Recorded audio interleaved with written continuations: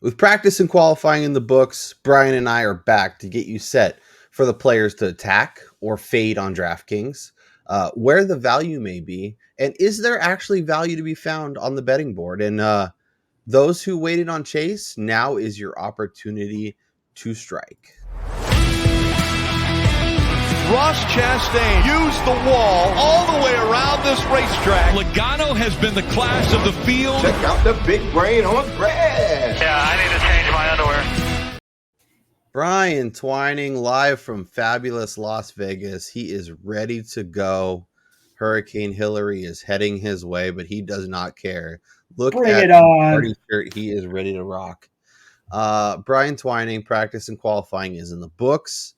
We're obviously recording this Saturday night instead of Sunday morning. Sorry for those who were expecting a live stream, but scheduling wise, it just worked out better. And with the stuff happening, we don't want to get stuck not being able to give you our thoughts. So here we are. Brian Twining, how the hell are you? As you said, man, I'm doing fantastic. I am in Sin City, Las Vegas. I'm rocking the kind of Hawaiian type shirt, like bring on the water. If we got to ride a pontoon boat down the strip, I'm all for it. Yeah, I got to actually catch the majority of practice and qualifying this morning while waiting to pick up my wife at the cell phone lot. So that was good. There was a few surprises. There was a few things that I am regretting right now. And yeah, I'm excited for this race. I think there's still some tremendous value to be had on the betting board. Yeah, we talked about it a little bit on Wednesday. We talked about it while you were in Vegas. William Byron was the smash of all smashes. I told you 23-1 when you were trying to sell me on Tyler Reddick, and I said, no, go take this. And then you told me Westgate had a 30-1, which I'm kind of mad I didn't pull out a second mortgage and just send it all your way, because William Byron was fast. He was incredible. We talked about it. We said Hendrick is the value. Get him where you can. Yep.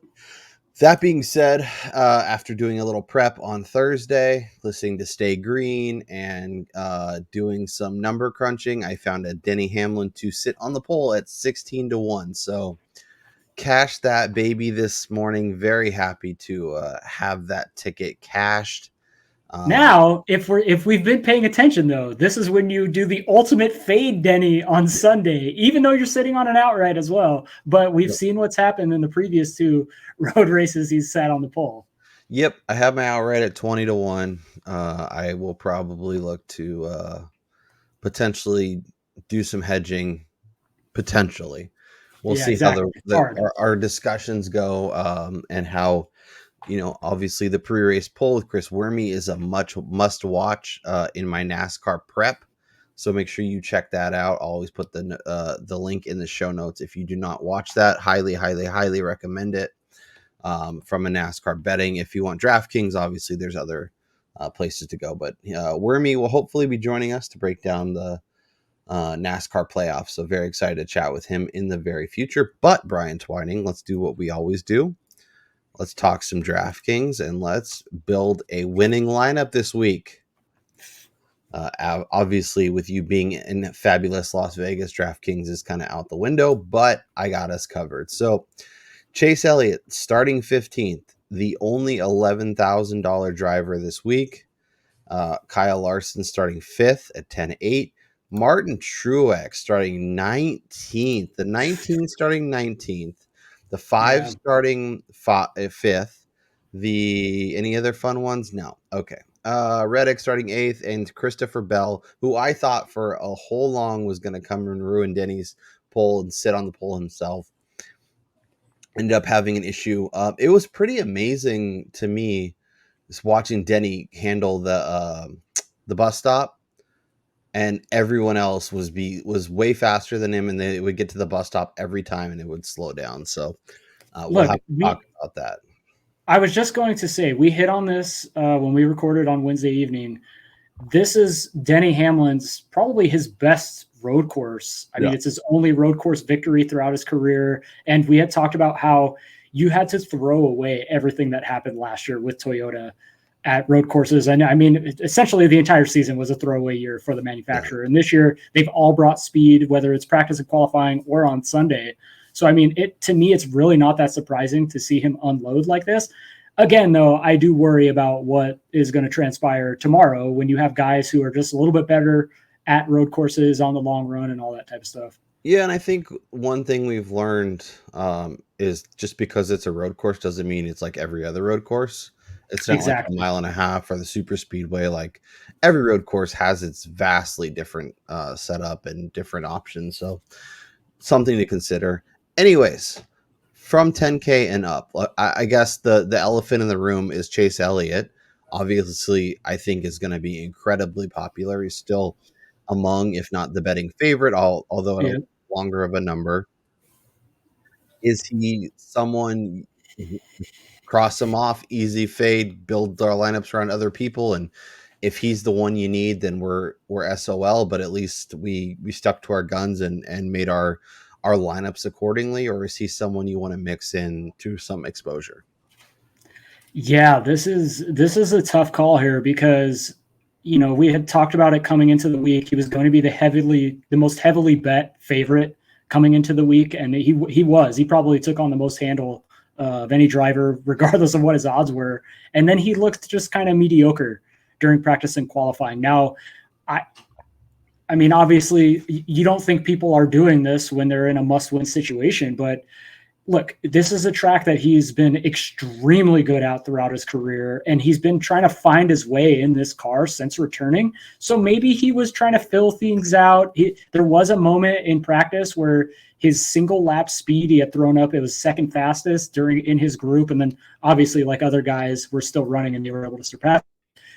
I think this is a potential opportunity to jump on him and actually get a guy who he needs a good finish. Like, I don't know about winning, but just finagling his way into a top 5 is definitely something that piques my interest and something that I could see happening.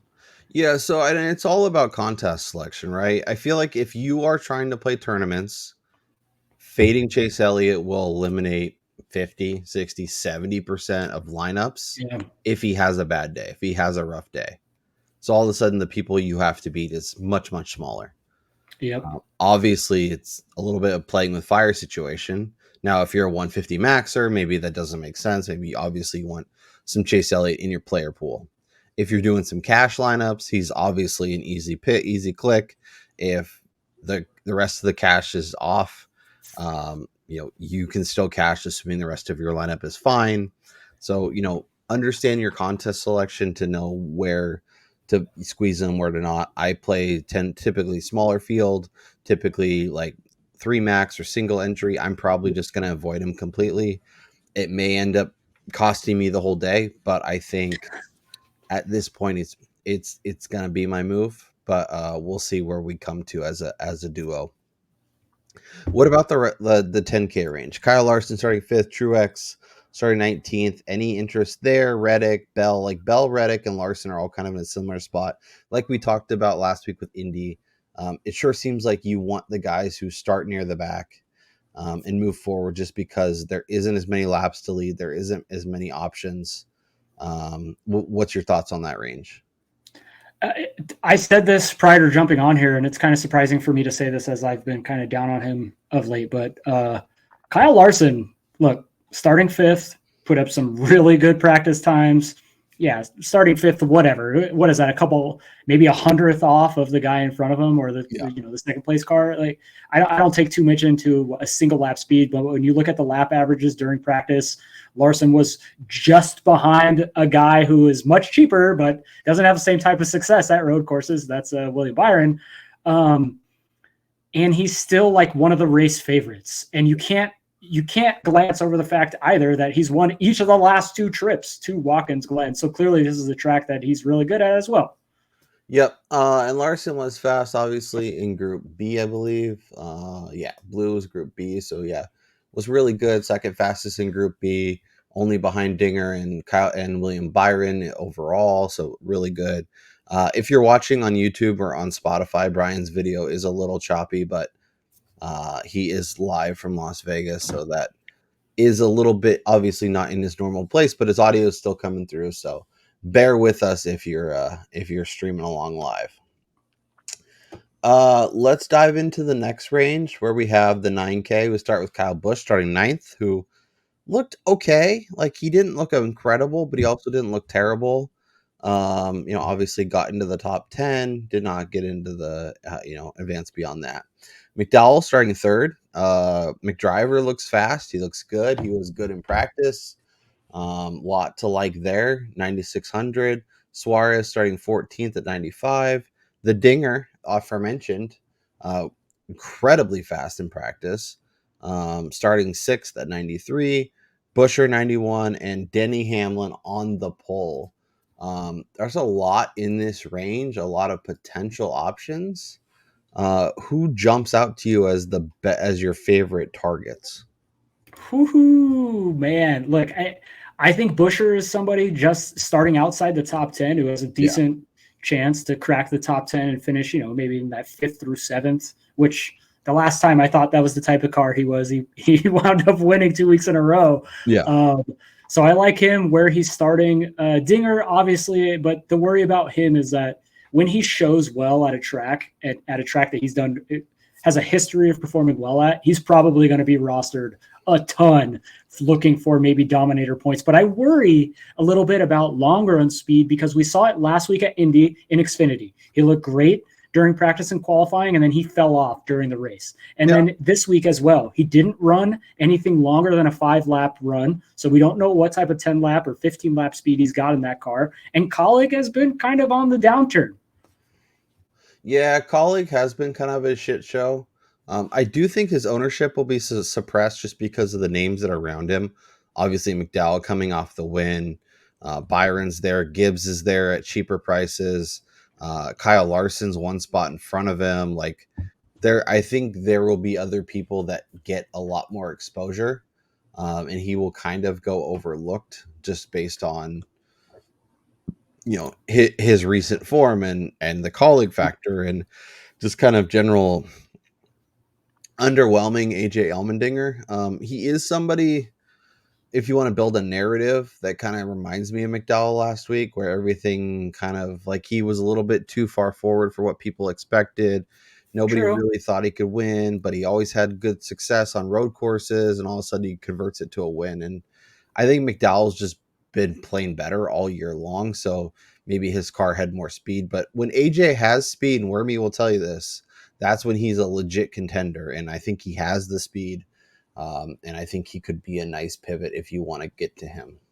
And we also can't forget the fact that Allmendinger needs a victory if he has any hopes of getting into the playoffs. So, I mean, they are going to plan this race out for him to win, not for a good finish. So, obviously, you're playing game of roulette with him in terms of the possibility of wrecking out. Or, if you saw the Xfinity race, there is going to be some beating and banging if we get a late race restart. So he's somebody that's going to want to have track position. I'm 1,000% with you on Chris Busher, by the way. I think that's a great call. I think he'll be somebody that can easily move forward, has top 5 finish in his bag, and who knows, if RFK... He probably goes overlooked too a little bit this week.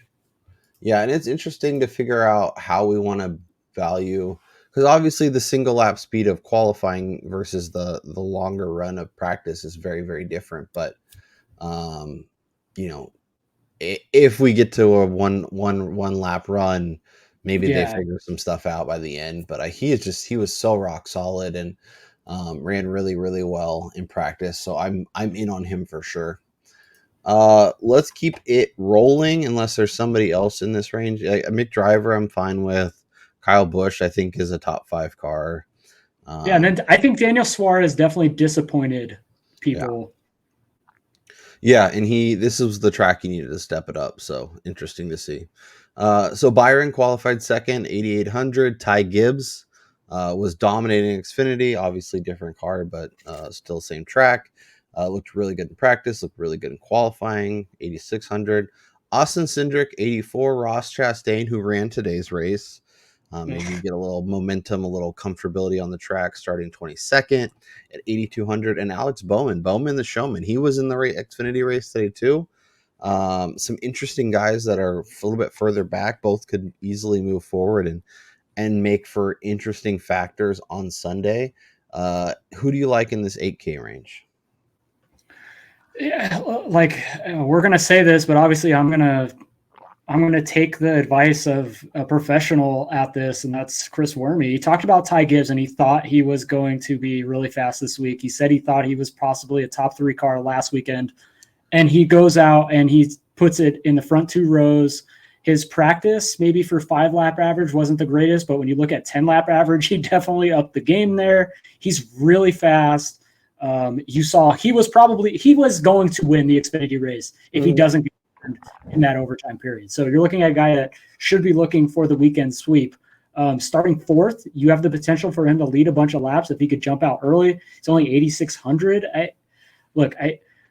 We talked about him earlier in the year. You know, we were making fun. He's got us, all this bull crap, but he is a legit driver. Like, this kid, for being a kid, essentially, I mean, he's a child to the majority of these guys and myself, is incredible on track. He started off really hot, and then it seemed like he was fading, and he's really pulled it back together when it mattered most, and that's really, really impressive to see.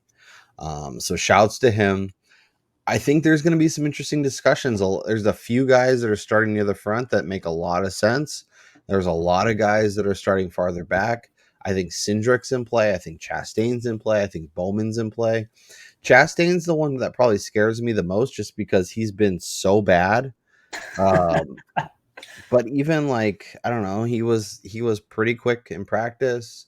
He was fine in qualify. Obviously 20 seconds, not what you're looking for, but ran well today. Like, I don't know, like there you could tell yourself a story that maybe he figures it out, and where he's starting and his potential on road courses is definitely in play. Let's talk 7K. So we have Joey Logano starting 11th at 78. Kevin Harvick starting 33rd at 76. Was really, obviously, he's not really a road course guy, but starting 33rd, there's a lot of opportunity there. He's obviously more of a wheel man, so he can kind of figure some stuff out and maybe salvage a nice day. Ryan Blaney starting 23rd, Chase Briscoe 26th, and Brad Keselowski starting 24th. Of the old guys starting in the 20s, I guess Briscoe and Blaney are really the old guys, but who jumps out to you in this range? It didn't work out last week, and we've seen him try it multiple races in a row now. I'm going to go to the bottom of the 7K range, and one of the guys I at least like picking, but that's Brad Keselowski, knowing that he is willing to go off schedule in order to take the risk of, say, something happening and then gaining all of that track position. So I think somebody he's got 2 top 10s in the last 6 trips to Watkins Glen. RFK has had decent speed at road courses this year, and then just in general, they've definitely upped their game this year. So I think for me, he makes the most sense as somebody who's not going to play it too safe. So obviously he's a little bit of a risk because you do run the possibility of it not working out like last week and he falls back and he finishes right where he starts. Or say you get a caution at the right time and he just moved up 20 spots and he's running inside the top 10, top 5. Yeah, see, for me, Brad K is somebody I'd much rather attack at the betting window. For DraftKings, I worry about him doing some stuff, trying to get a playoff point, ended up finishing 20th and not really helping you. For me in this range, I like Briscoe and I like Kevin Harvick. I think both guys can move forward. I think both guys could score you a bunch of points, and maybe even flirt with like a top 10, top 15 finish. The only thing I worry about, sorry, I don't mean to cut you off, but so at Indy, a lot of people were saying, oh, we think they're going to be like the Fords are going to be really good. And that kind of encapsulated everybody. Whereas at a track that, from what I've heard or picked up on this week, a road course that is more predicated on speed, SHR's speed this year has been absolute trash. So, I mean, if we're at a track where you need speed in order to get track position, I am extremely worried that any of those guys out of that garage are going to be good. Yeah, I mean, look where they qualify. Like Briscoe was slow, Keselowski was slow, Harvick was slow, like Almirola was the slowest. Like there's obviously not a lot to like there. So I don't fault anybody who just crosses this range out and jumps, but I don't hate Briscoe and I don't hate Harvick as potential options. 6K, where we get to Bubba Wallace, who looked pretty good, 6,900. Todd Gilliland, 67. Eric Jones, 65. Austin Dillon, 63. And Justin Haley, 61. I don't know what to do with this range. Honestly, like Jones has a decent history in here in terms of like finding a way to finish, but I mean, clearly there's no speed in that car. Yeah. Austin Dillon, he's been okay at finding decent finishes, but like I'm not banking anything on him finishing well at a track that he has 0 top 10s in the last 6 with an average finish of around 25th. And then, Bubba Wallace is intriguing. We've talked about, look, I'm going to sound like a broken record, but he is a much better driver than we've seen in the past. He's got a lot of speed. I mean, he qualified 12th. He looked good during practice. It's just a matter of whether or not that speed translates to Sunday over the long run, which even last week he had it early and he really fell off late, finishing, more towards the back end of the team. So in this group, I mean, Wallace is scary for his potential to move back. Jones has the potential to move forward, but honestly, I don't really like any of them.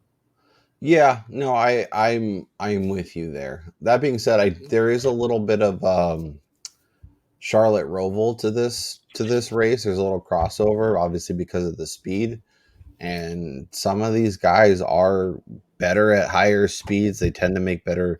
They tend to have better finishes, better moves. But I think Bubba makes sense. I think your Eric Jones call, I think, is an interesting one.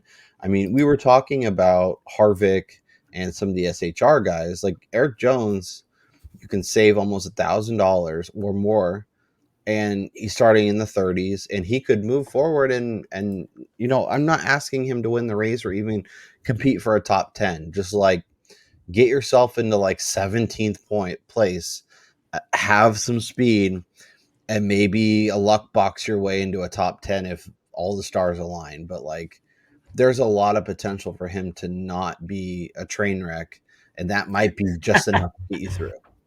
Yeah, and obviously, I think it's based on how you build your lineup at the top. I think for a guy like Jones, whether or not he's going to be in there, because if you can take the risk with the guys that are less money, I think he's a decent add. But say you're getting risky with like a Ty Gibbs or somebody who's a little bit less rostered towards the top of the board as like a dominator or potential race winner, you want to get safer with the guys lower down, which would be, in my opinion, a Harvick, who, I mean, you could probably bank on a top 20 for somebody like him, just being the type of driver he is. Yeah. Like last year, Eric Jones started 31st, which guess where he's starting this week, and finished in the top 10. So use that for what you will. Obviously, history doesn't always repeat itself, but the fact that he was able to show somewhat speed is definitely interesting. All right, let's round out the rest of the field. We have Ricky Stenhouse, 5,900. The aforementioned Eric Almirola, who was tortoise speed in practice. Ryan Preece, Mike Rockenfeller, Cole Custer, Corey LaJoy, who showed a ton of. Where the hell did that come from? I don't know. I'm almost expecting like post practice and qualifying inspection to find something. And he ends up starting in the back. Yep. Harrison Burton, 5,100. Andy Lally, Ty Dillon, and Josh Bilicki. Now this range is disgusting. Yeah, look, LaJoy, it's funny to see him qualify up here in the Cup Series because he looked great in ARCA until he had the issues where he was losing parts off of his car. I don't know if anybody caught that race, but he had like a 3-second lead. Yeah, he had like a 3-second lead in that race this weekend, and his car started to fall apart, literally. Yeah. So obviously he's not somebody I can trust. No, but I will say there's opportunity there, and if he has that speed, he could be interesting. I was just going to say, if anybody has the potential to run a car that has speed, we love LaJoy on fast tracks like super speedways, Michigan stuff like that. So it's definitely there. But I mean, I would not consider him amongst the best wheel guys in the sport. So I would suspect before about halfway through, he's already spun multiple times. I think the guy that intrigues me the most in this range has got to be Rockefeller after last week kind of being more of like a speed bump to everybody. Yeah. Maybe because this is his second race this season in the next gen, maybe he can keep it in that position, just run 21st in the low teens and just maintain and get you, 25, 30 points. Yeah.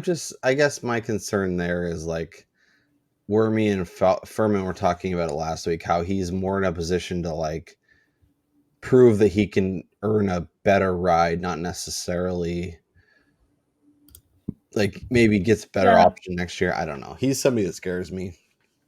Custer is interesting. I always see.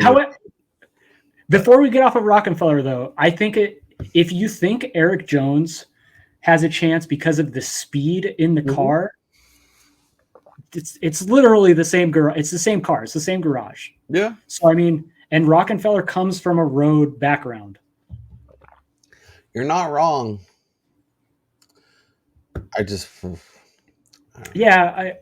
And I worry too because of his salary and where he's starting that maybe people gravitate towards him a little too much. I don't know. Let's build a lineup, Brian. Let's see if we can put something together because I think we have some similar thoughts. I also think we have some guys that you're a little more excited about than I am and vice versa. So it'll be interesting to kind of push each other into a different, unique angle. So I'll give you the T, and you tell me the first name you absolutely have to have in this lineup. Oh, Lordy. All right. He was somebody that I contemplated a lot prior to practice and qualifying. He's starting just inside the top 10, but I'm going to go with Kyle Busch, starting 9th at 9,800. I really like his prospects of a top 5 finish. Yeah. He's been really good here. The 8 was decent last year with Reddick, and we've seen it where when that car performed well last year with Reddick, Busch has also done pretty well on Sunday in the same vehicle. I like where your head's at. I think that makes a lot of sense. I think we need some Hendrick exposure. I'm not 1,000%, but I think I'm going to lean on Bowman the Showman and get some Hendrick experience into our lineup. All right. I don't hate it. I mean, we could go if you want. Like, I'm happy to go to Byron, who was insanely fast. No, I honestly like Bowman better from a DraftKings perspective. Okay, just because of the potential for placement points, knowing he's got to do something. I think he still has a very real shot at a top 10 and potentially top 5. Yeah. All right. Man, we're really against the gun here. All right, let's get frisky. Oh no. Ty Gibbs. Oh baby. Where is he? 8,600. Okay. If that's the case, then maybe yeah. This has taken a turn here. Oh Lordy. Oh no. Oh yeah. All right. So go ahead and scroll up here. Harvick, not Logano, Cindric or Chastain. I was just gonna say, I think Harvick might be a decent play because, like I was saying, of anybody who's starting back there, I think he's probably going to keep it in the top 20. I think if we're going to an Eric Jones, I think someone like Kevin Harvick makes a lot of sense as for the safeness pairing. Because, you're playing with a lot of fire with Eric Jones, so you want to have a little more stability. And I think having Harvick there is probably the move. And he's starting way back there, and he's hard to not get to. Yeah, and in 21 career races here at Watkins Glen, dude has an average finish of 12.7. That seems good. And he's got a top 10 in over 50% of his races. So, even if he's starting way back in the field, I think he can maneuver his way at least to get us some decent placement points for sure. So I think the debate here is between Buescher, Cindric, and Chastain. And I think Buescher might be the answer. in my opinion, Buescher has a much higher likelihood of winning over Chastain, and I think that's where you got to go when you're looking at that. Now, before we finalize this, though, are we missing the boat by not grabbing either two guys on the front row? I think if we go the Ty Gibbs route, we need to not grab the guys in the front row. All right. That's where my head goes. If we want to go with one of the guys in the front row, I think Ty Gibbs is the one that's replaced. Then we figure out the salary. The only thing I'll add to that to close out, each of the last 6, and I think it's 11 of the last 12 winners at Watkins Glen started 6th or better. Okay. Now, mind you, the majority of those were with stages, so that definitely plays a factor when you're looking at that type of stuff. Yeah, and we have Ty Gibbs starting 4th, so he's going to win the race. We're making a lot on the That's kids. what this lineup says. This lineup says Ty Gibbs wins. Oh gosh. Or like maybe Buescher or Kyle Busch. Kyle Busch could win. Yeah, I know. He's in the top 6, but I think he can legitimately win. Oh, for sure. Okay, did it. We won $1 million. Let's go. Let's hope. Let's review the card as it sits, and then let's figure out where the value is. So I have Logano at 45. I think you can get a little bit better than that. We'll review. Logano top 5. Logano, when he does well at this course, which he was 11th in practice or in qualifying, so I kind of like that. When he does well, he does well. He's a top 5-ish driver. When he struggles, he has a bad day. So you could go and bet him, especially now where he's starting. I think he would be a great not top 10 bet if you happen to be in Vegas or somewhere where they allow that. Yeah. So if you want some Logano exposure, make sure you get paid out on it. I had Larson and Gibbs, which I'm kind of annoyed that how the race ended, because I was hoping to have a 25-1 ticket on Larson going into tomorrow. Obviously, I'm not having that, so that's fine. I do have Larson over Elliott at plus 135, and I have McDowell over Suarez at minus 110, which is my best bet. Brian had looking good right now, by the way. What's that? Looking good right now. Yeah, feeling pretty good about that. Brian has KFB to top 5 at plus 190. He has Hamlin to top 10. Speaking of looking good, minus 125, and then he has Hamlin over Buescher at minus 109. Our normal Action Network site isn't uploaded at this point, so we'll just run through DraftKings. I have Caesars loaded. Brian has a few other options, so we'll look for the best number, but at least give you some thoughts on kind of where the market sits now. Brian, it seems like of any of the tracks, road courses are the ones that give us the most shake up, wildness, whatever you want to call it, from pre-practice and qualifying to post. Yes. We've had a few races this year, whether it was Sonoma, whether it was Indy, where guys that were in the 20s were all of a sudden 5, 6, 7-1. And I think that's kind of where we focus on in terms of outrights this week. Obviously, our outright card is very lacking compared to where we normally go. But Byron was in the 20s, as long as 30 at Westgate. Chase Elliott obviously moved down. Kyle Larson is about where he was. Denny Hamlin was in the 20s and obviously moved down. Dinger was in the high teens, moved down. So it's really interesting to see the dramatic movement. So, but as we sit here now, let's talk through these odds. Let's see if we can't find bets. If we haven't made any outright bets and we want to go make one or two, where are we going? So we have William Byron plus 550, obviously incredibly fast. Looked really good. He obviously his is a Hendrick dominant track. Chase won the first 3 years and 4 years ago.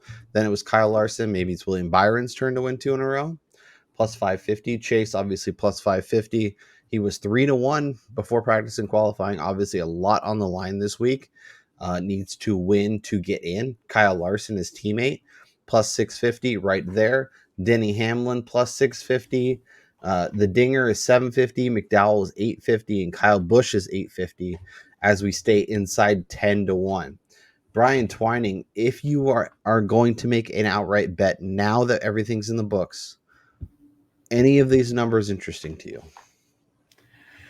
The only guy in this range that I would consider adding, and I might do this, Kyle Larson. Yeah. Plus 650 or 7-1. We're talking about a guy who last year and the previous year at road courses was probably opening at the 3 to 4 range. Yep. Just had an incredible car during practice and qualifying. He's starting in the first 3 rows. He's won the last 2 trips to this track. What else do you want from a guy to garner your attention at the betting board for an outright? Now, I am slightly worried that there is a possibility that Hendrick does have some sort of plan where they're like, trying to get Chase a win by doing something funky. But say Chase wrecks out early and that gets thrown out the window, then it's pedal to the metal, all for Larson to take home the win. And I think you're still getting tremendous value at this number for a guy who, honestly, we've seen in the past 3-4-1. That's my biggest concern, and maybe that's not really something I should be worrying about at this point. But if Byron or Larson are up near the front and Chase is also up there, that they do some finagling, get Chase to the front, and get him that win. Because that's really important for Hendrick to get as many cars. Obviously, they want all 4. Right now, only 2 of them are in. So they are working on getting to at least 1 more car in. So if they have Bowman or Elliott up there, they're going to do a lot to get them in. That being said, that Larson number is really, really nice. He's also been very feast or famine when he wins. This could be a situation where he looks dominant from the jump and that number is gone.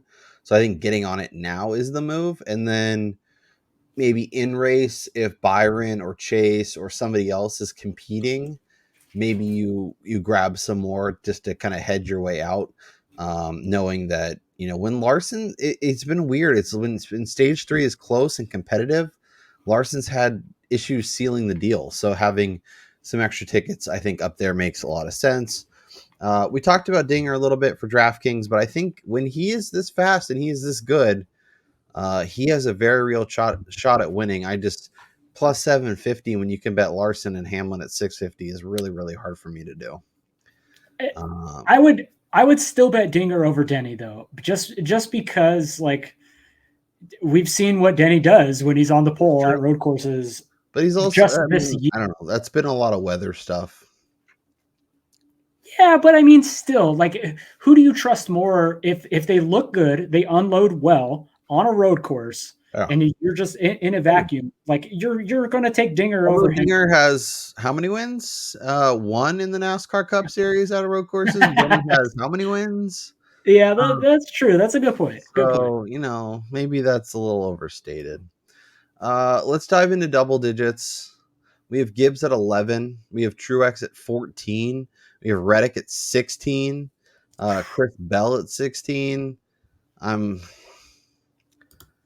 do it. The outright board, I don't love it. There isn't really anything that's usually there's at least 2 or 3 guys that are compelling conversations, and I'm trying to figure out where I want to allocate funds. And this week, I don't feel that. I feel like there's a couple guys that I think are legitimate winners, and I think they're majority. I think 80% of them are priced inside 10-1. Yeah. So I don't know.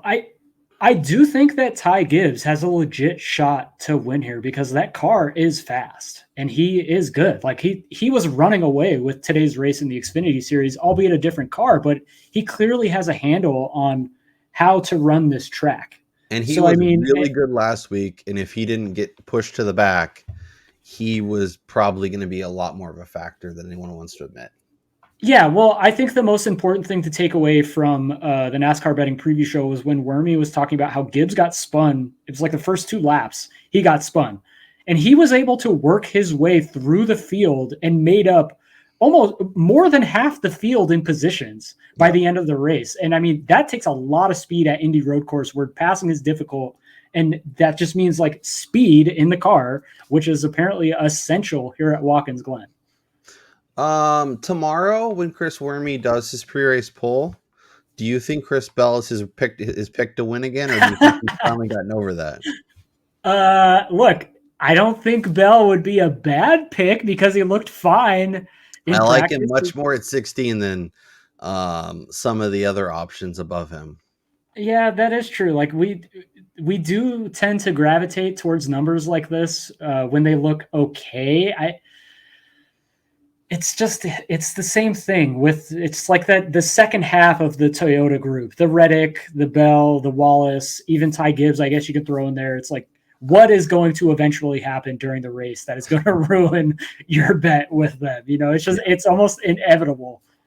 That being said, Bell was clearly the best Toyota in practice and was only behind like Kyle Busch, Kyle Larson, McDriver, William Byron, and Dinger. So like, that's a pretty good group. He was much closer to them than any of the other guys who were down kind of in the middle chunk in terms of opportunities. So I think Bell is the best option in this, and I'm considering adding him to my card, but we'll see. Yeah, the last thing I'll add on Bell though is that he ran in Group B, and he was like the 5th fastest in overall speed in that group. But then like, obviously, when you add in Denny and Ty Gibbs were in Group A, they were like 4th and 5th fastest in that group. So, I mean, you kind of have to try to factor in like, how would that have affected everyone's speed if they were running in the same? Yeah, no, that's completely fair. The way Group B dominated with Dinger, so it's hard to tell too, because like Dinger, Larson, Kyle Busch, Chris Bell, Chris Buescher, like these are all guys you expect to perform well. We're all in Group B, but then like Corey LaJoie was crazy fast. So is that more of a Group B thing, or is that like Corey LaJoie found something? I don't really know. Kind of interesting. Buescher, I think at 35 is kind of fun, given like he was 20, he looked fine. He actually looked pretty fast, and all of a sudden he's down to 35. That doesn't really make a lot of sense. Maybe that's the books telling us to stay away and not do dumb stuff with our money, but is interesting. And like I said with Logano, if he's good, he's really good and has a chance to go for the win. So 50-1, if you want a lottery ticket, I think is fine. But keep your units small and don't expect a dominant performance from start to finish with him. Yeah, I think like a guy like Buescher, for instance, when you look at his placement positions, I mean, I think there's some value possibly in the top 10 market where you can find it. I know Caesars has those posted because like he is a guy who's been around a 10th place car at every single track. I mean, since the All-Star break, and he's a decent road course racer. So it's nice when you see those odds get that long in the outright market for a guy who kind of ran, right in the low teens during practice and qualifying, or in the qualifying position. Ross Chastain is 65-1. Nope. Okay. That's all I needed to hear. They don't have speed. Like, what happened to Trackhouse's speed in the one car? Not even Suarez, who they were like legitimately pushing into the playoffs, had speed, and that's concerning. The whole SVG thing threw them off, I guess. I don't know. Yeah. All right. Oh, look what has top 10s this week, Brian. No way. It's a Christmas miracle. Yeah, we'll see what the numbers are. Yeah, let's see if we can find value. Pretty gross. Like, what? Let's go. Why even post the numbers at this point? It's because we've been complaining that they don't have numbers, and then they finally give it to us. Let's go over here. All right, so doesn't actually look that far off from what the rest. So it's actually, let's see, like Buescher's better over here. That is true than Caesars. Yeah, I just noticed that. Cindric's better priced. There's actually, I think that the market this week, I don't know if books got hammered last week or what happened, but they've really given us shit this week. Yeah. All right. So top 10 market. Denny, you have at minus 139 to top 10. He's minus 400. That's pretty nice. That is a pretty good value. At this point, like Suarez minus 120, Chris Buescher. Like the one thing about road courses is they are typically a little easier to kind of figure out who's going to be near the front and potentially get some value. I think Buescher is plus 125 is fine. I think Cindric is okay. Is there any of these numbers down in the top 10? Bubba 4-1, like that are actually jumping out to you at all? I think the Bowman one. Yeah. And then I think Brad K too at plus 250. Like he's somebody who could, again, he can maneuver or manufacture a finish like that. Yeah, he could have like not a great day, but be like 12th and figure out a way to get a top 10. But he also runs the risk of finishing outside the top 20 if he's another thing about him is like you're like it's harder for me to bet on guys for top 10s when I don't think they have like potential for even a top 5. Yeah. Like I want somebody who is going to be able to be not comfortably inside the top 10 because obviously those guys are priced really, really aggressively. But like I want to be able to squint and see like a third place finish. And with Brad K, I just don't think that's possible. With Cindric, I could see it. With Buescher, I can see it. With Bowman, I could see it. Look, I think my favorite bet tomorrow while I'm here in Vegas, if they post it, I want to bet Chase Elliott, not top 10. Oh, please tell me what that number is because I will be right there with you. Exactly my point. Like they're going to be doing everything and getting extremely aggressive here. And I mean, we saw it today during the Xfinity race. Those guys are beating and banging late in the race. And there is a real chance that he gets turned and then he finishes, 18th or 25th. Like you're going to get a way better odds on not top 10 than you are on top 10. Just looking at minus 450. That's ridiculous. Yeah. I love it. All right. Let's look. Top 5. Byron is plus 100 to top 5, which is crazy. Kyle Larson. Man, they are really. Kyle Busch is plus 110 to top 5. What did you get him at? Plus 190. That's nice. Yeah, I really like Busch. Like, I think he's somebody who's starting further back in the field. I think he has a legit shot to win, but that plus 850 number is a little bit short. Yeah, you'd like a little bit better for sure. Yeah. What is his plus 250 to top 3? Top 3. Logano's 14-1 to top 3. That's kind of nice. All right, look. Oh no. I think the guy that is intriguing me the most here in this market, top 5 too, Michael McDowell plus 140. Top 5 speed in practice, top 5 10-lap average in practice. Yeah. Let's see. Is that the best number we can get? Let's go check out McDriver over here. McDriver 105. And he's starting third. Like, what else do you want? Yeah. And I think I trust him, especially after getting the win, to just kind of hang out there all day. Yeah, and it was interesting on the actions detrimental with Denny Hamlin, which kudos to both of those guys for joining together and deciding to do a podcast together when Denny was basically kind of shit talking Michael McDowell that Chase Elliott was going to make up positions on him just via points, and then McDowell goes out and wins the race last week in Indy. But yeah, McDowell and his crew chief, I guess, were talking, and he mentioned it on the show that they think that Watkins Glen is actually his best or maybe his favorite road course. The finishing results don't necessarily say that, but they thought this was going to be the week to get the win, not last week, and they got the week. Exactly. They got the win. Yeah, it's kind of like with like a college team. Like you think, oh, they're going to be a title team in 25, and all of a sudden things click a little bit early in 24. They're like a playoff team. Yeah, it's kind of the same thing. And then he goes out and he puts it inside the top 5 in qualifying and in both practice metrics. Like, that's a good sign here. I added the top 5. I was already in on McDriver to beat Suarez, so I figured top 5 plus 140. Sign me up.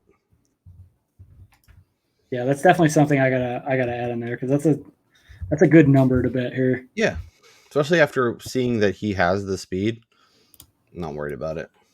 Yeah, and I apologize to everybody out there if you keep seeing me turning my head, but I'm actually working at the same time right now. Brian is staying on top of everything. So shouts to Brian for the dedication.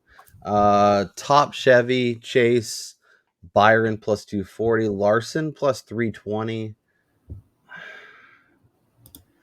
Like, I don't know. Chevy scares me just because so many of them have legit shots to win. So I think you have to bet them to win. Yeah, that's what I was gonna say. If you go to winning manufacturer, they're minus 120 to take home the victory. Yeah. Ty Gibbs at plus 340 to top Toyota is kind of interesting. Bell plus 340. I don't hate either. McDriver is minus 175 to top Ford. Logano at 750 to top Ford, I think, is really nice. Logano is not going to get top Ford. He could. He absolutely could. When he performs well, he performs well. And that gives you a little more flexibility because if like 2 or 3 Hendrick guys are up front and like Denny and I don't know whoever Ty Gibbs are up front, like they're you could get 6th or 7th with Logano and still be the top Ford. I guess that's true. Like McDowell is the biggest competition. He's obviously priced accordingly. And I think Buescher will be really solid, but Logano could get 6th or 5th and get you top Ford. And it's plus 750. It's not like it's plus 350. Like that's a good number. That is true. And he was the top finishing Ford last year. Yeah. Like I bet top 5 Logano at 550 and now I can get 750 and he could get 6th and still do that. Yeah. I'm not going to do it because I already have enough Logano exposure at big numbers, but I wouldn't fault anybody who went that way. Yeah, Chevy versus Toyota is minus 250. Chevy versus Ford is minus 450. That's crazy. Ooh, we got stage winners at the bottom. These are great. Let's go to stage 2 winners. So who is somebody that maybe has a playoff spot that could stay out and do what Denny did last week and not really be a legitimate contender for the race, but maybe Brad Keselowski, Chris Buescher's teammate. Hold on, I gotta look at this. Do you happen to know what the stages are this week? Like length? No, let's see. Watkins Glen. Like obviously this is something we should have looked at pre-race, but yeah, I mean Derek Yoder usually has it. All right, 20 laps in stage 1, 40 laps in stage 2, and then the rest for stage 3. Okay. Here we go. 20, 40, and then 90. It's interesting because pretty much everybody ran straight through last week. Kevin Harvick at 100 to 1. Joey Logano at 40 to 1. I like Logano's number. That's pretty good. Ross at 100. No.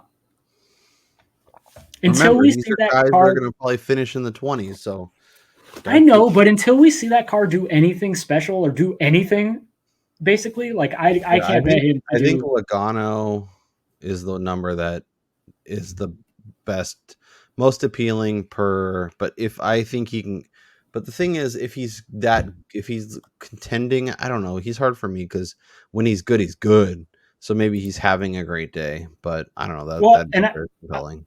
I was just gonna say for the stage 1 bet, it's interesting because each of the top 6 who started last week's race at Indy Road Course finished top 6 in stage 1.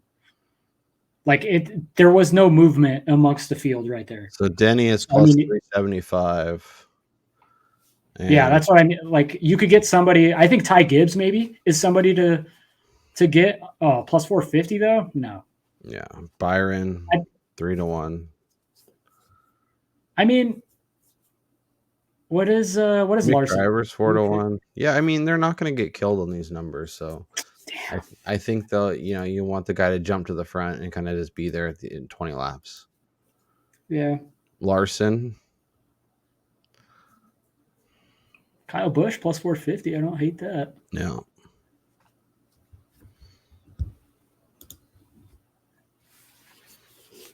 Yeah, because it'll be Chase Elliott plus 250. Like, I don't know. I am in full Chase Elliott mode now. So let's find a way to fade Chase Elliott because obviously we're both simpatico on doing that. Yeah, we got to find some matchups with him now. If I can get my there we go. So McDriver is minus 195 against Suarez. I got it at minus 110. We got some nice pre-qualifying CLV. Let's see if we can actually turn them into wins, but at least at this point look pretty good. Bell versus Kyle Busch. Brad K at plus 120 against your boy Ryan Blaney is kind of interesting. I was just going to say, I actually don't hate that. Ross and Harvick was a lot closer, and now it's kind of obviously stretched out. Well, that's what happens when Ross Chastain looks like caca. Yeah, but I don't know. Denny plus 125 against Byron. Larson plus 115 against Chase Elliott. Man, I have plus 135, so I can't do that. I'm going to add the Denny number. Okay. And here's my thought process on that. If we're thinking that Hendrick is in a position to where they want to get Bowman or Elliott a win, they're going to sacrifice the finishing position of the guys up front, which is Byron and Kyle Larson, basically, to assure themselves a better placement with Elliott and Bowman or Bowman. Whereas Toyota, outside of Bubba, like I don't see Denny Hamlin moving over for Ty Gibbs. So what do you think? Yeah, I think that makes some sense. What do you think about Ty Gibbs at plus 125 against the Dinger? I don't hate that because I think in terms of equipment, Gibbs is in a much better car. Yeah. It's just you're betting against the history of Dinger versus the youngster of Ty Gibbs, who has a very limited amount of experience in the Cup car, just overall and at this course. Yeah. Doesn't seem like there's a lot of other matchups. So we'll have to see if we can cobble stuff together. We'll try and tweet out some stuff if we find value. Obviously, recording when we are. Not everything is trickled out yet, but we're getting close. I'm actually going to take the shot there. Gibbs over Dinger. I like the plus money. I think in terms of speed in the car, I think he's got it. Yeah. Yeah, I think they're close enough where if you're getting a pretty sizable plus money bet, I think it's worthwhile. Yeah, and I will say, for those of you that are in the great state of Nevada or in Las Vegas, there are a ton of matchup markets here at the variable sports books right now. Yeah. Let's see. Of course, FanDuel doesn't have anything up. Yeah, we've kind of... does BetMGM or BetRivers have anything? So BetRivers only has top threes outrights, and I think like some prop, and then BetMGM they have outrights. Oh no, I don't want that. Okay.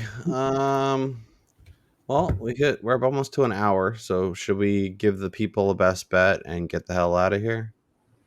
Let's do it. All right, so let's recap the card. There's still time. Obviously, we're recording this Saturday, late afternoon, early evening out on the West Coast. If we find stuff, we will drop it in the comments as well as on Twitter. Make sure you're following both Brian at Brian_Twining and myself at Notorious KRO. Make sure you go to the pre-race poll. It's usually around 1 o'clock, 1:30 Eastern. Hit the link, turn on the subscribe, hit the bell notifications so you know when Chris goes live. Always check out the NASCAR betting preview show. Derek Yoder does a great job with a variety of co-hosts. Obviously, Wednesday is our favorite, but you can get Xfinity. You can get a variety of different things. So make sure you check that out. Who was it? I think I'm going to do it, Brian. I think I'm going to add one. An outright? I think so. It better not be Chastain. No. No, I don't hate myself yet enough. I've wasted enough money. That Christopher Bell 16-1 is really tempting. Oh my gosh! Don't do it. Okay, I won't. When as soon as you add it, he's gonna wreck. And as soon as I don't add it, he's gonna win. So that's fine. I'm probably gonna add something. I don't know what it is gonna be, but we'll see where it is. So Logano 45. You can get a little bit better of a number. Logano to top 5. I got it at plus 550. Like I said, you can get the top Ford at 750. I kind of like that a little bit better. I think that's a very similar range. I have Larson over Elliott at plus 135. Obviously, that's come down a little bit, but I still like that, especially if you get plus money. And McDowell over Suarez. Obviously, didn't add a ton to the card. I feel really weird having such a short and tidy card, but maybe it'll be a good thing. That being said, McDowell to top 5 is going to be my best bet. I'm in on Michael McDowell this week. Plus 140 feels like a really nice price. Like I said, I expect him to contend and be right in the conversation, but not necessarily push it to a point where he needs to where he ends up doing something stupid and kind of ruining his day. So I think he'll be like 3rd or 4th most of the day. I think he'll finish right around there, squeeze out a top 5, plus 140. I put 2 units on it. I like that a lot. Brian, give people a breakdown of your card and your favorite bet as we sit here Saturday night. Yeah, it's almost as short as Kyle's here. I had 3 pre-practice and qualifying bets, and that was a Kyle Busch top 5, a Hamlin top 10, and then the Hamlin over the Buescher. I like all those nicely now. Get decent CLV there, and then I'm adding a Larson outright. I just think there's too good a value on this for somebody who's been so successful here. Also on the McDriver top 5 number, he's great. I was thinking about going there for my best bet, but Kyle beat me to the punch. I added last minute the Buescher top 10 just because I think there's enough in that car, and he's good enough on road courses for him to finish there. And then I'm taking the value with Hamlin over Byron, and then Gibbs over Dinger. Again, another value play, which I think is because of speed. And going to show you how much I think Denny apparently is going to perform here.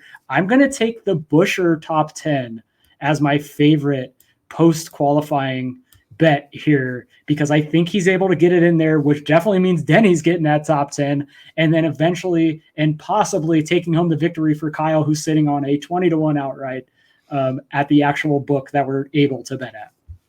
Yep. Hopefully, I kind of wish I gotten it on my card, but things happen and we get new information as we record and whatnot. So for Brian Twining, I'm Kyle Robert. Enjoy the hell out of the race. Let us know down in the comments your favorite bet for Sunday as the odds sit now. Good luck on DraftKings. Let's cash some tickets. Let's win some lineups. Let's make all the money, and we'll talk to you next time.